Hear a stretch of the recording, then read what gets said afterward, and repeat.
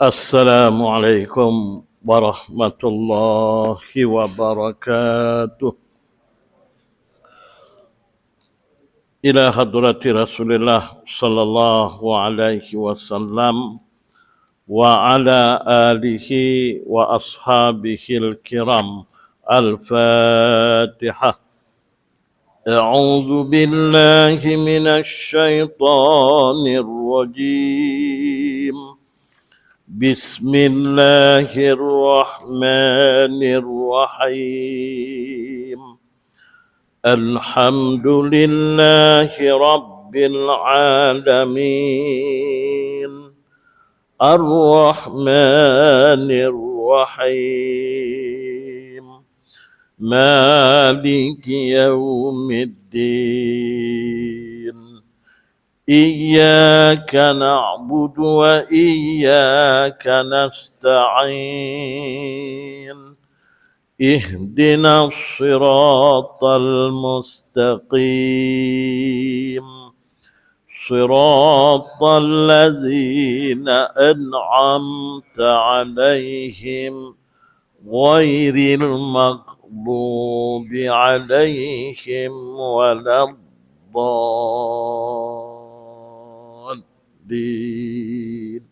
Amin.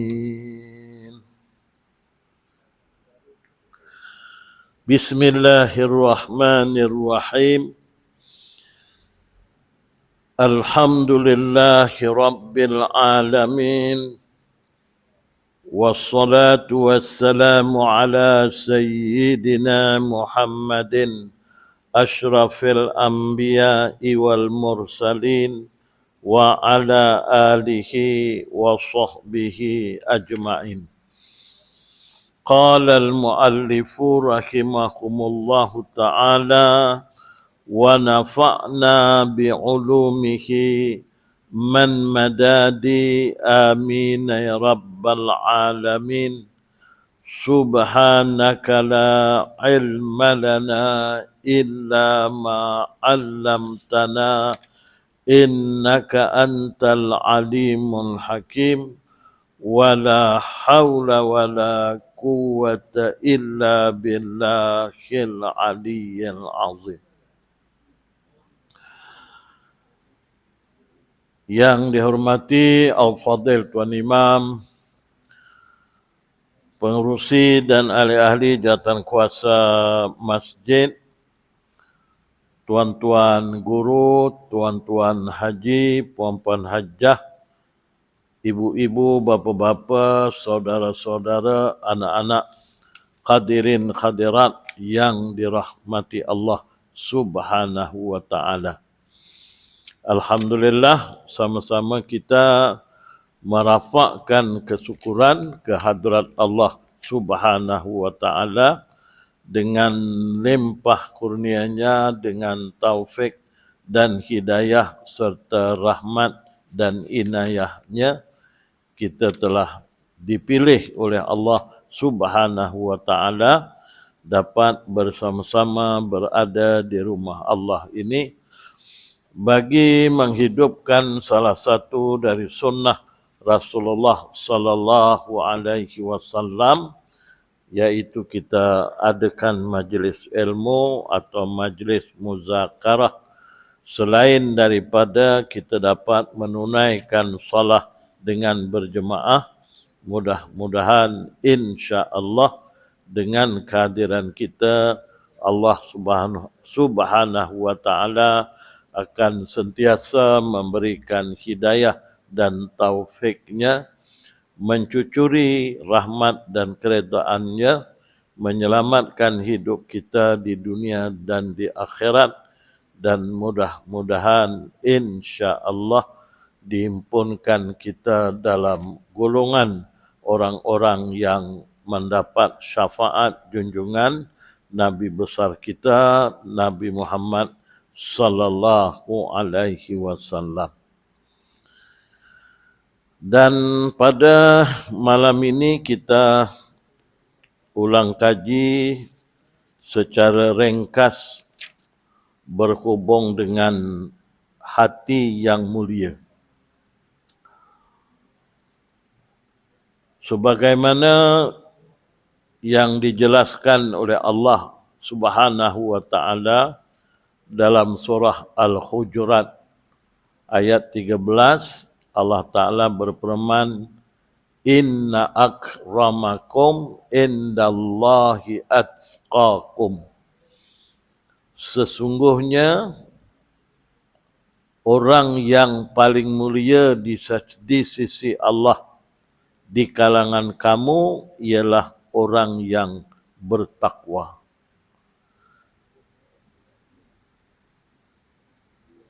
Dan takwa ini dia berhubung kait dengan hati. Kalau hati kita bertakwa, niscaya anggota-anggota zahir kita pun turut bertakwa. Kalau hati kita tidak bertakwa kepada Allah SWT, maka anggota zahir kita juga tidak akan bertakwa. Bahkan sifat takwa ini bukan saja tertentu kepada diri seseorang ataupun kepribadian seseorang, bahkan ia melampaui kepada keluarga, kepada masyarakat dan kepada negara. Kalau negara itu pemimpin yang bertakwa, niscaya kita akan dapati sebuah negara yang bertakwa. Makna negara bertakwa itu ialah negara yang aman makmur, ya, yang tentram, ya, sentiasa berpadu keseluruhan rakyatnya, tidak ada permusuhan dan sebagainya, walaupun dalam sesebuah negara itu berbilang kaum, berbilang bangsa, berbilang agama. Kerana pemimpin yang bertakwa, dia akan melibatkan keseluruhannya. Walau macam mana pun, bukanlah maksud saya sampai ke sejauh itu untuk kita bahaskan berkenaan dengan hati yang bertakwa ini. Kita hanya membahaskan berhubung kait dengan diri kita. Dalam diri manusia, ya, kejadian diri manusia ini ada dua unsur. Satu disebut unsur jasmani dan satu lagi disebut unsur rohani. Dan unsur rohani ini itulah yang dimaksudkan dengan hati. Dan kedua-dua unsur ini memiliki keperluan yang berbeza. Jasmani ada keperluannya. Rohani kita juga ada keperluannya. Kalau jasmani, dia memerlukan sesuatu yang bersifat kebendaan, ya, ataupun material orang sekarang sebut. Seperti apa? Seperti jasmani kita ini memerlukan kepada makanan, ya, memerlukan kepada minuman, memerlukan kepada pakaian, perhiasan, ya, memerlukan rumah tangga, memerlukan kenderaan dan sebagainya. Itu adalah tuntutan jasmani kita. Kita hendakkan rumah, itu adalah keperluan jasmani kita. Kita hendakkan kenderaan, itu adalah keperluan jasmani kita.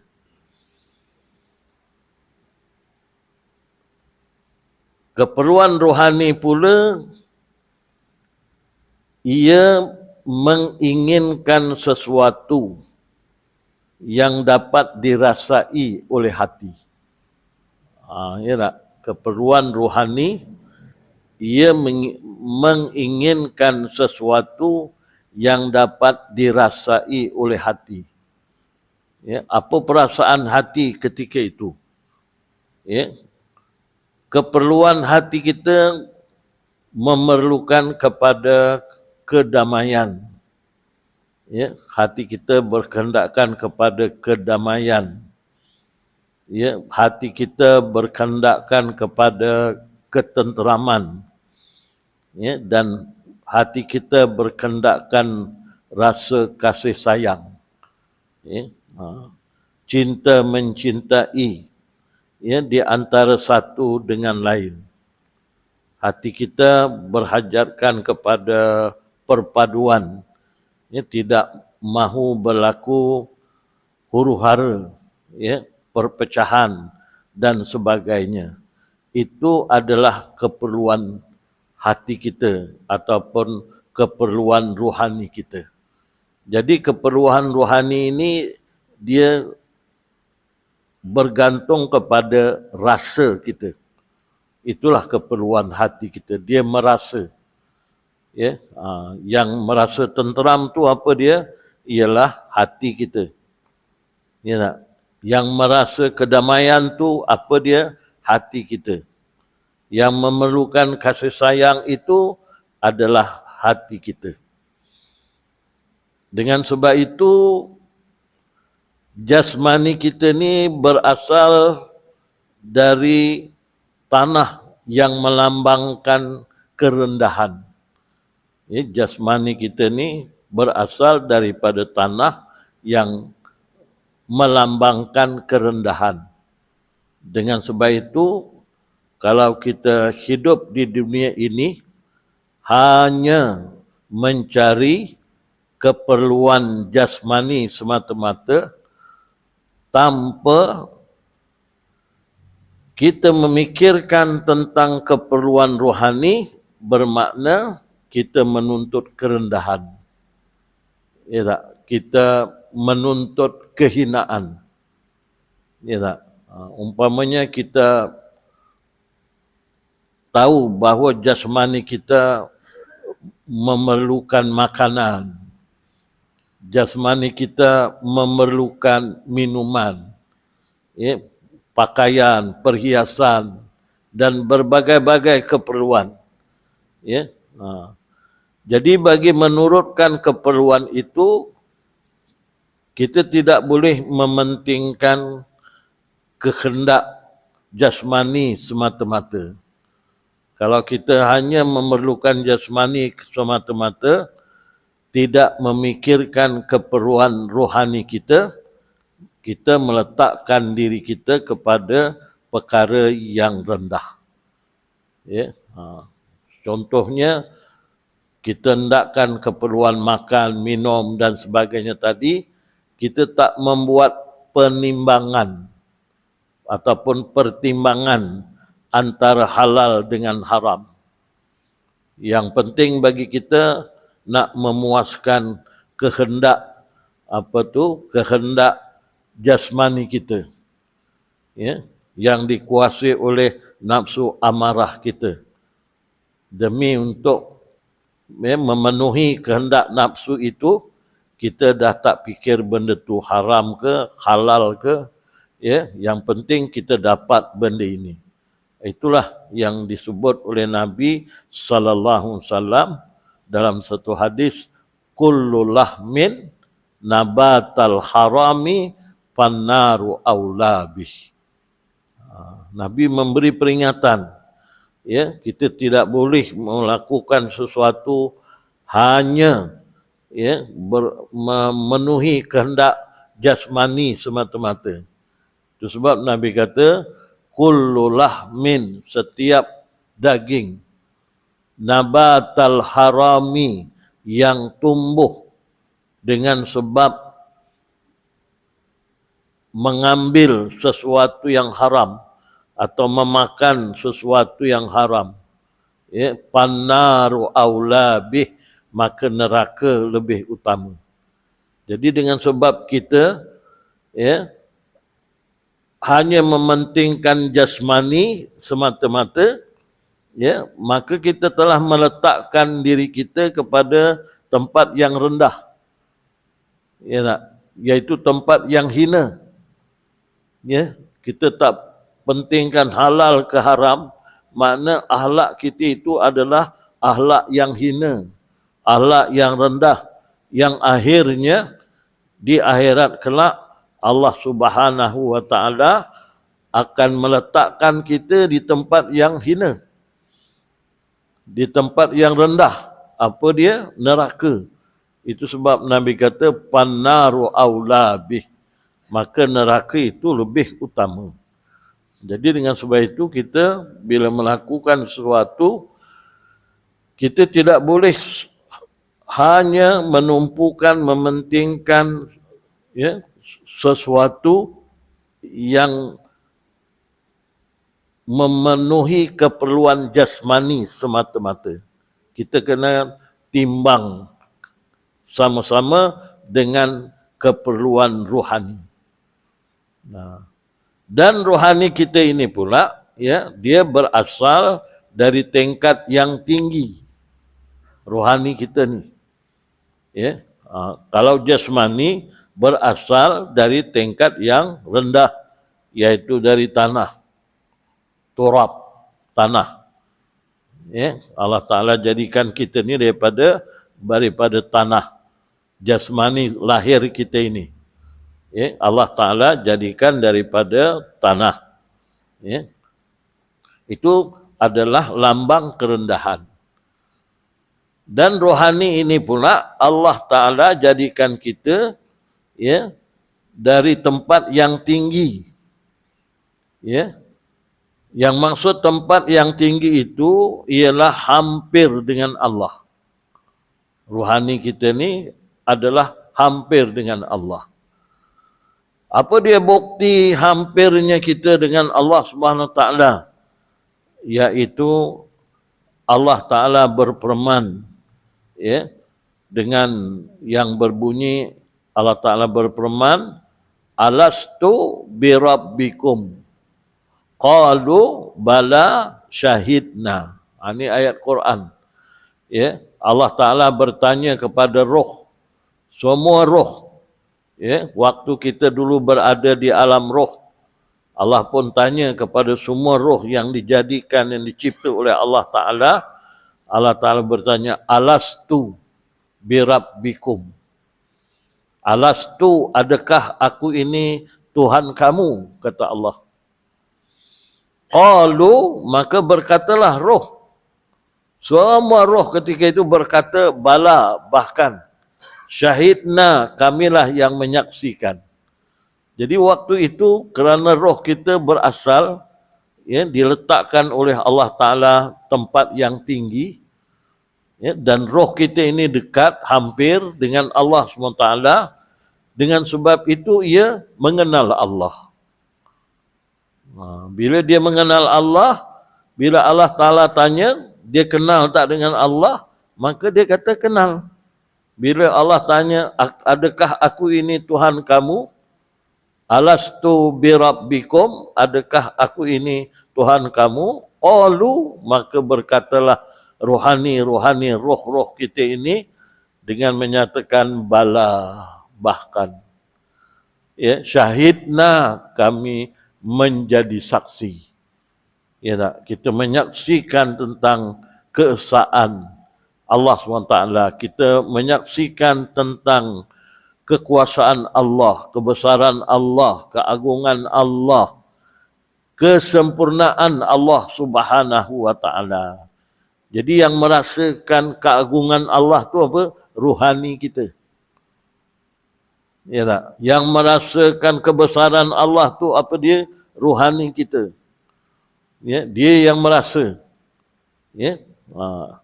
Itu sebab dalam kita mengkaji rukun sembahyang, ya, rukun sembahyang tu dibahagikan kepada 3 perkara yang besar. Yang pertama dipanggil rukun qalbi. Rukun qalbi itulah namanya rukun yang berkaitan dengan pekerjaan hati. Kerana sembahyang kita ini, dia ada hubung kaitnya dengan kekhusyukan kita, ya, kepada Allah Subhanahu Wa Taala. Ingatan kita kepada Allah Subhanahu Wa Taala. Itu sebablah, ya, Allah Taala memerintahkan kita supaya melaksanakan sembahyang. Kerana apa? Kerana dengan sembahyang itu kita akan ingat kepada Allah. Jadi yang ingat kepada Allah waktu sembahyang itu bukan anggota zahir kita. Bukan mata kita, bukan telinga kita, bukan lidah kita. Walaupun lidah kita yang membaca bacaan-bacaan sembahyang. Ya tak? Bukan perbuatan kita rokok, iktidal, sujud dan sebagainya. Bukan itu. Yang ingat kepada Allah waktu sembahyang kita itu ialah hati kita. Hati yang ingat kepada Allah.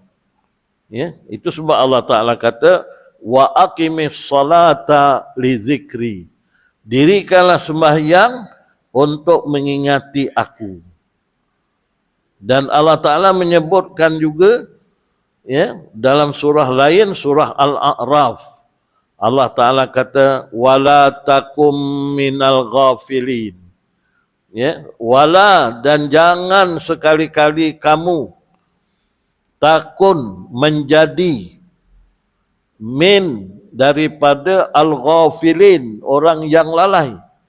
Ya, makna kita lalai ni apa? Hati kita. Ya, hati kita ni mungkin jauh dengan Allah. Dengan sebab itu tak dapat tumpu sembahyang. Badan kita boleh sembahyang, tapi hati kita masih lagi mengelamun ke tempat lain. Ingat kepada yang lain. Kenapa tu? Itulah ruhani kita tadi. Ruhani kita tidak sama seperti waktu dia berada di alam roh. Dia kenal dengan Allah Ta'ala 100%. Tetapi bila berada, kita berpindah dari alam roh masuk kepada alam panak ni. Alam dunia ini, alam panak, ya, dengan sebab maksiat-maksiat yang berlaku, ya, banyak perkara-perkara yang haram kita lakukan, ya, maka itu menyebabkan kita jauh dengan Allah. Bila kita jauh dengan Allah, itu kita tidak dapat menumpukan, ya, fokus kita kepada sembahyang yang kita lakukan. Itu jadi bila kita tak berapa khusyuk ni, kita tak berapa ingat, sekurang-kurang kita dalam sembahyang tu boleh ingat lah.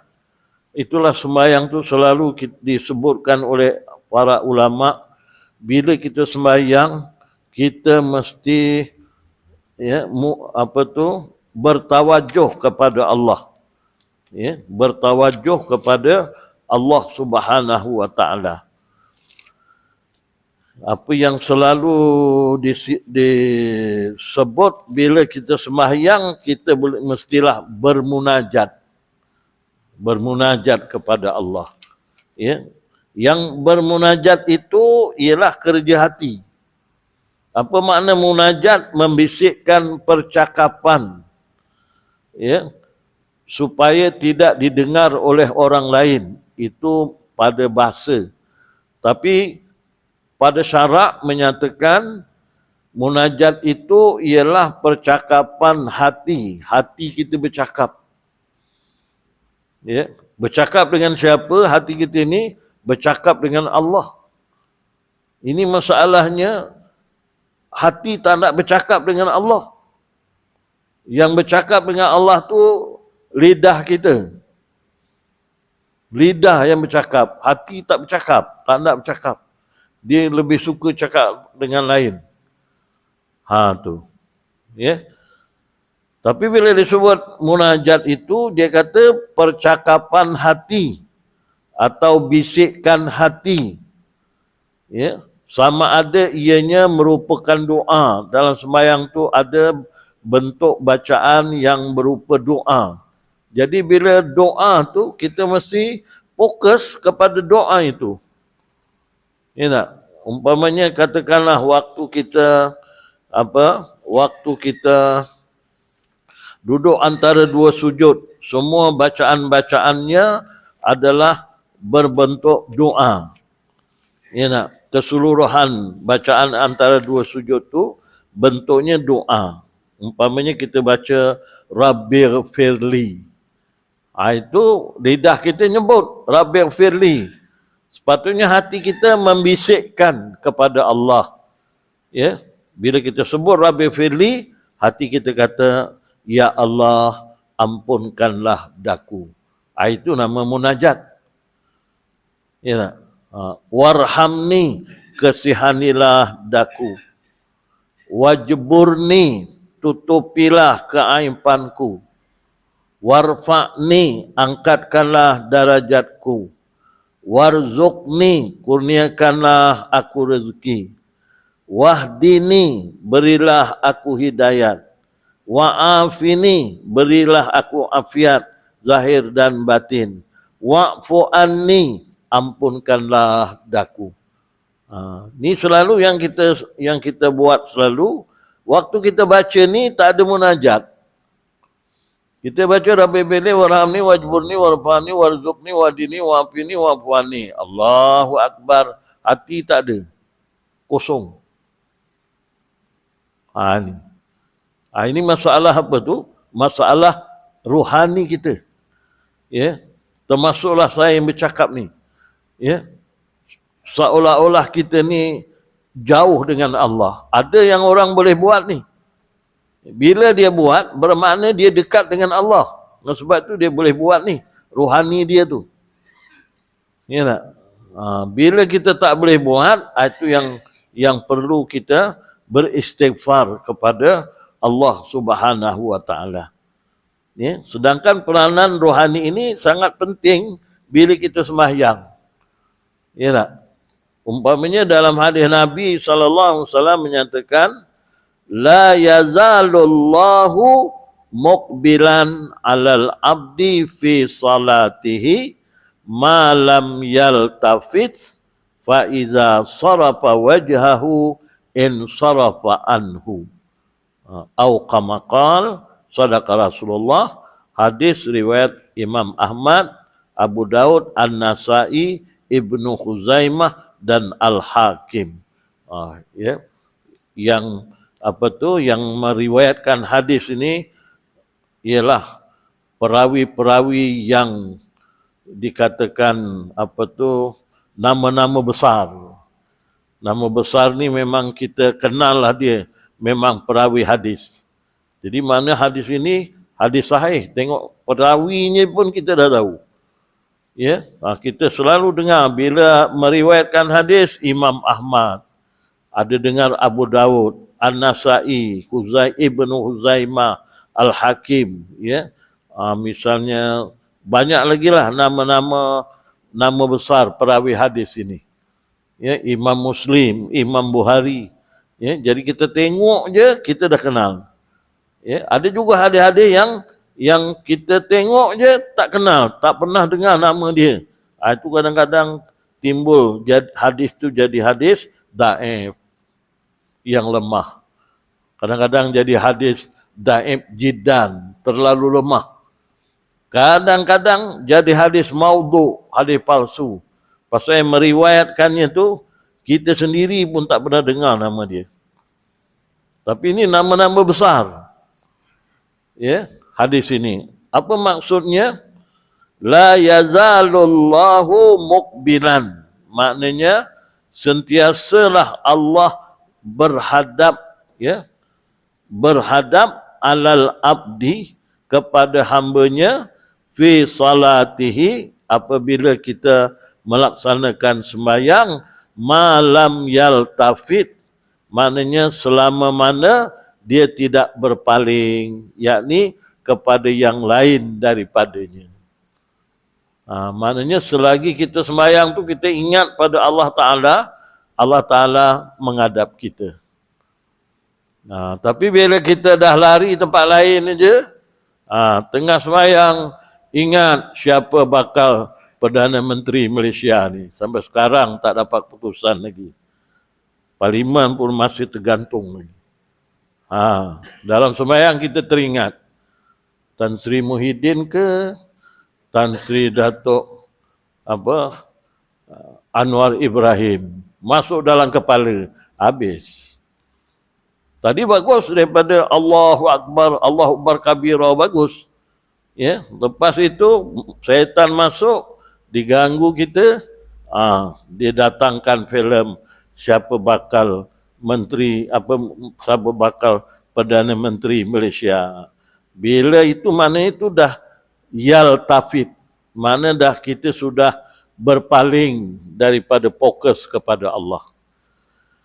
Bila kita berpaling begitu, faiza sarafa wajhahu, kata Nabi, apabila hamba itu memalingkan mukanya, faiza, maka apabila sarafa, dia memalingkan wajhahu, wajahnya, mana hatinya.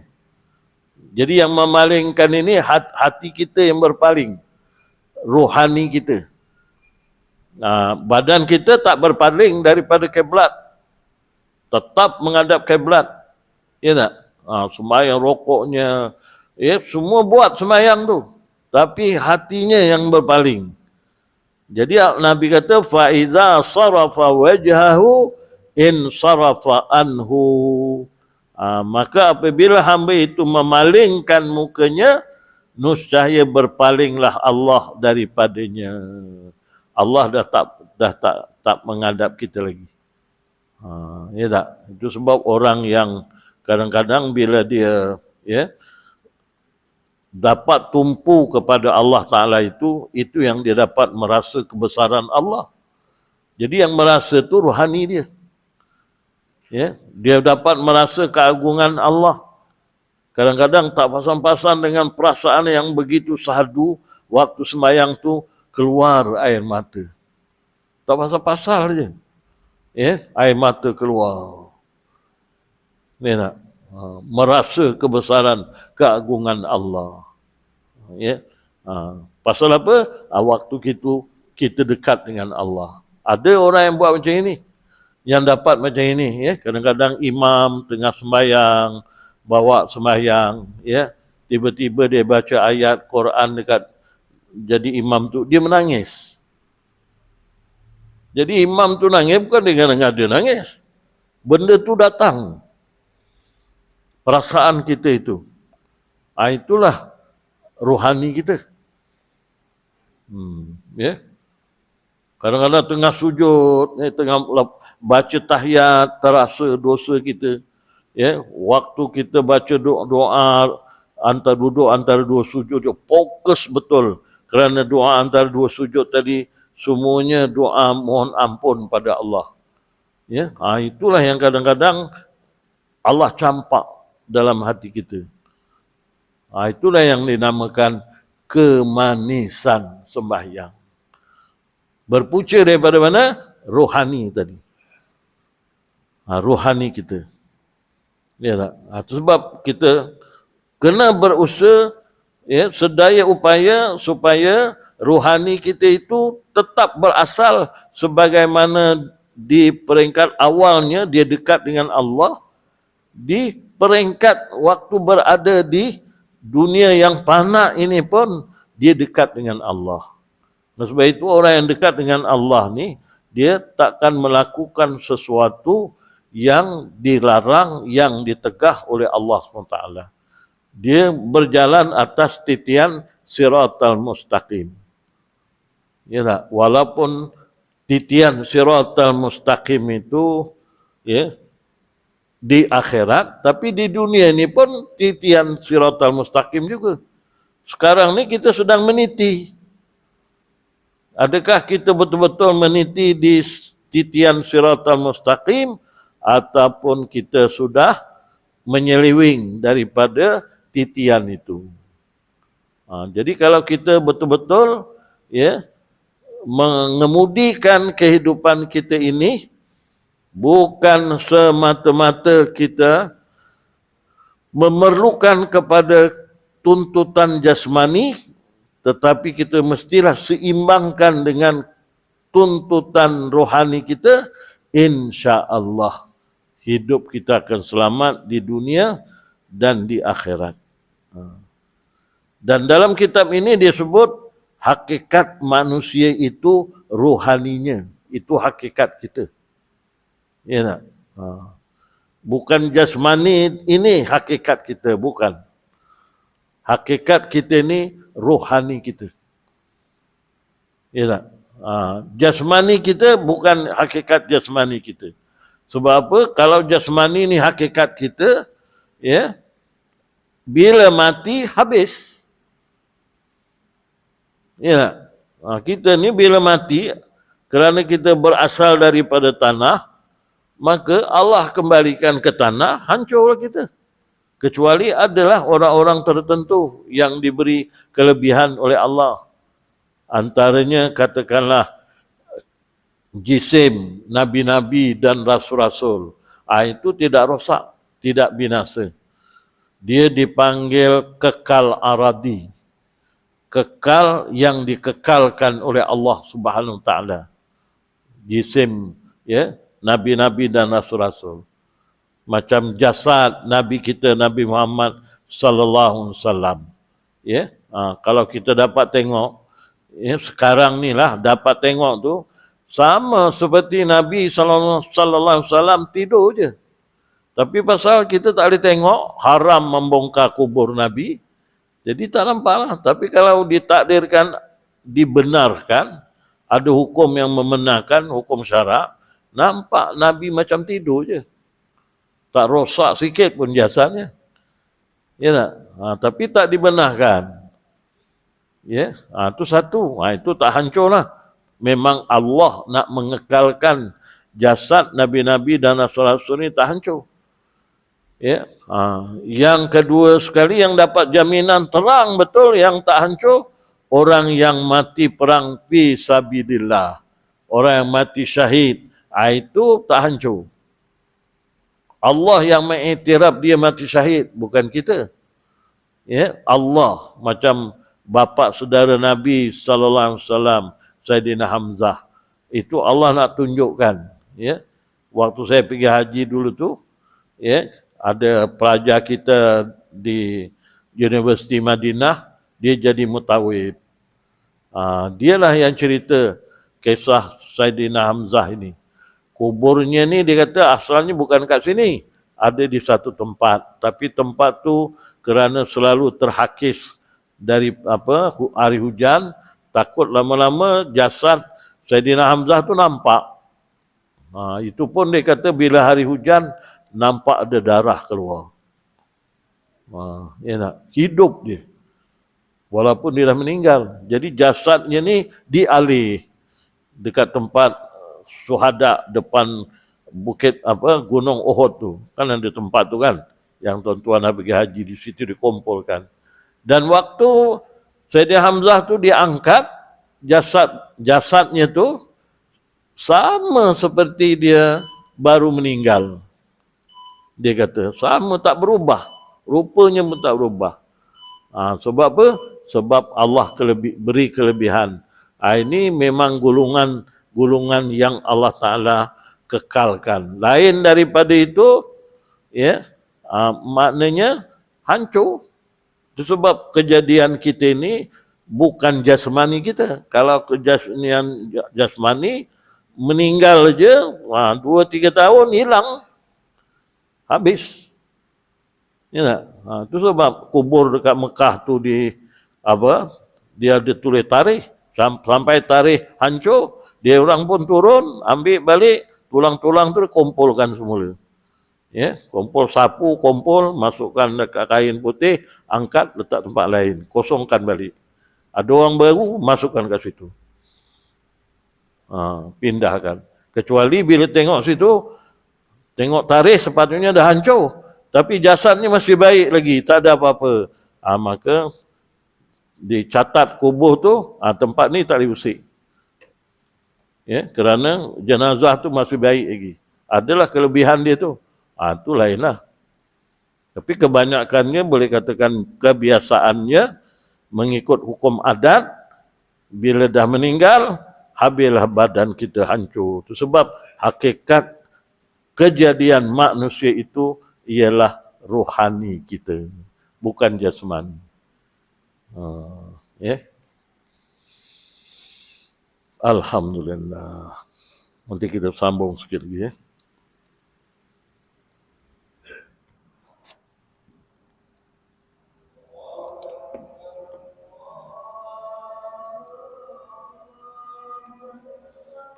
Allah.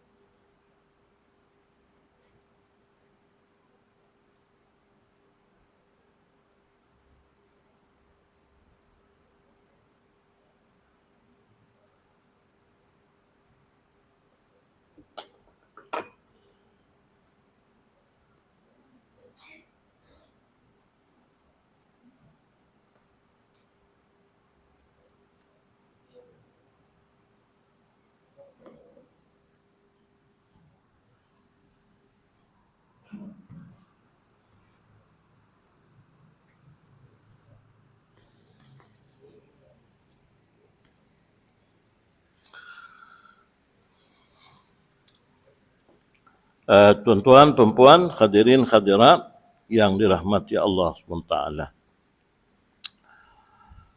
Jadi hakikat kejadian manusia itu ialah rohani kita, roh kita. Itu sebab roh kita ini kekal. Kekalnya kekal aradi. Ya tak? Yang diambil oleh malaikat Israel tu apa dia? Roh kita. Roh tu rohani lah. Ya tak? Yang diambil. Ya. Yang ditinggal jasmani kita, jasad. Dan jasad tu lah yang dikebumikan di bumi. Rohani kita diangkat oleh Allah SWT. Ya.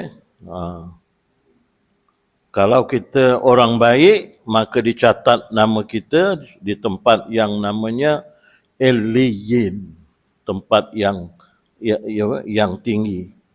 Ya, kalau kita masuk golongan orang yang tidak baik di sisi Allah, maka kita diletakkan di tempat yang rendah. Ya. Waktu kita dikeluarkan roh itu pun kita dah boleh agak kita ni masuk golongan baik ke tidak. Ya. Sekiranya seseorang itu bila keluar je rohani kita tu, malaikat Israel angkat tu, diselimutkan, ya, mengikut hadis, diselimutkan dengan kain sutera yang putih.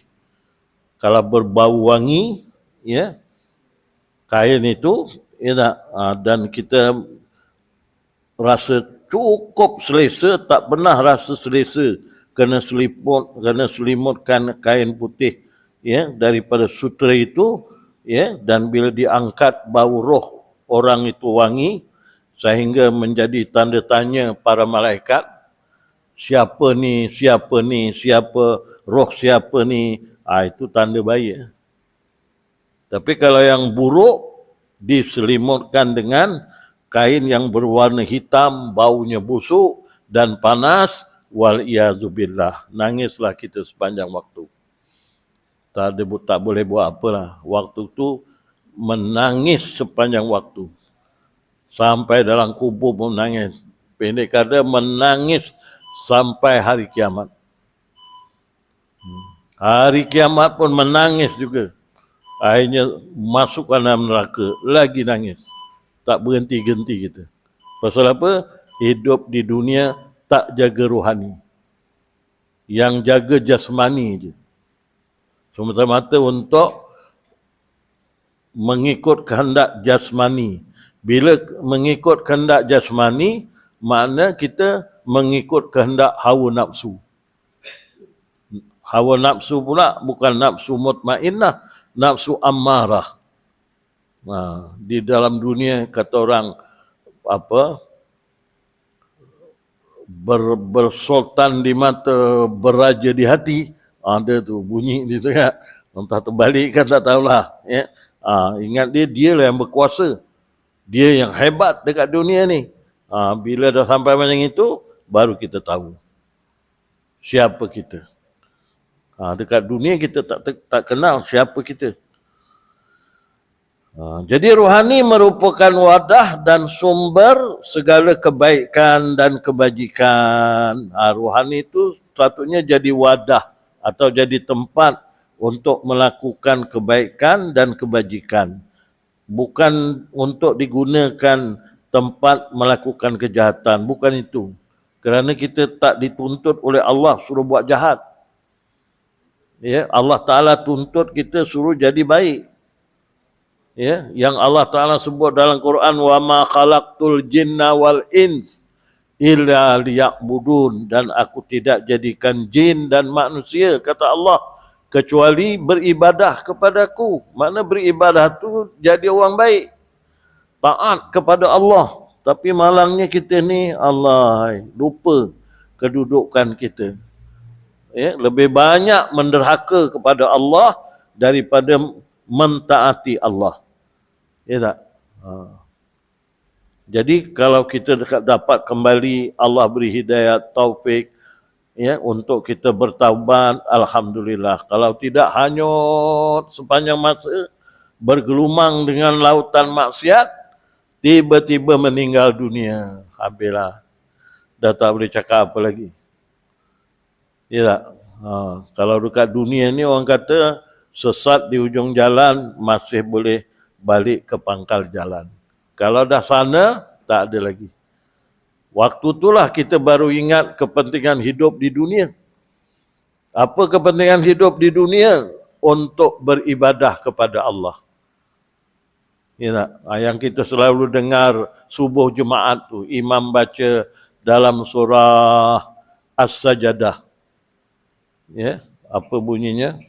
Walau tara idzil mujrimuna nakisu ru'usihim inda rabbihim Rabbana absarna wa sami'na farja'na na'mal salihan inna muqinun.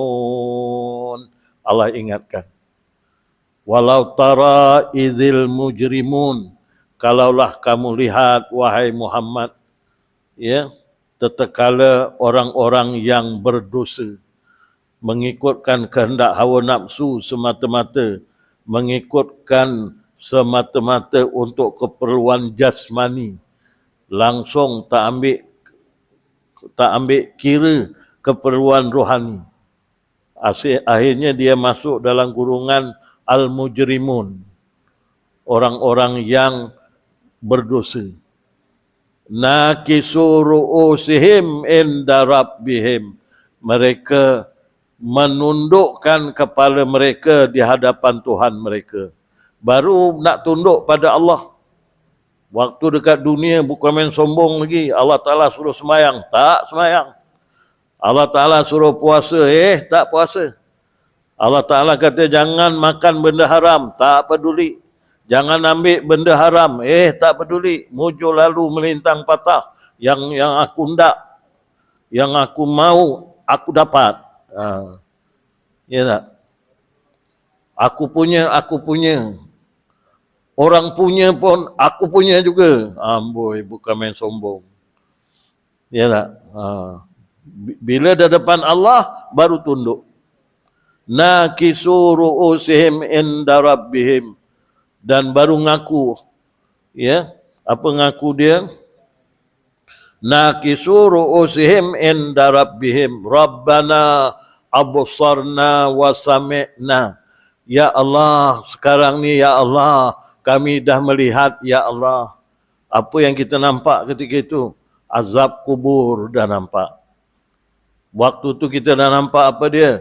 Nikmat kubur yang menjadi masalah. Allah Ta'ala, tempat kamu bukan di sini. Ni tempat azab ni tu masalah kita. Kalau Allah Ta'ala kata ni tempat kamu, tengok surga. Tak tahulah macam mana punya suka. Tak pernah digambarkan, tak pernah rasa gembira di dunia sebagaimana dia gembira apabila Allah tunjukkan ni surga tempat kamu. Ya tak? Rabbana absarna. Ya Allah, ya kami dah, sekarang ni kami baru nampak. Ya tak? Dah nampak surga, dah nampak neraka, dah nampak mizan dan sebagainya, dah nampak. Wa sami'na, ya Allah Tuhan kami, apa yang kami nampak sekarang ni, kami sebenarnya waktu hidup dalam dunia dulu dah dengar dah. Dah dengar. Ya. Semua ada dalam Al-Quran. Kami dah dengar, tapi kami dengar-dengar juga, cuma masuk telinga kanan, keluar telinga kiri. Masuk telinga kiri, keluar telinga kanan, macam buruk kasap. Masuk angin, keluar lesap. Tak ada apa benda. Langsung tak ada dapat ibrah dalam hati kita.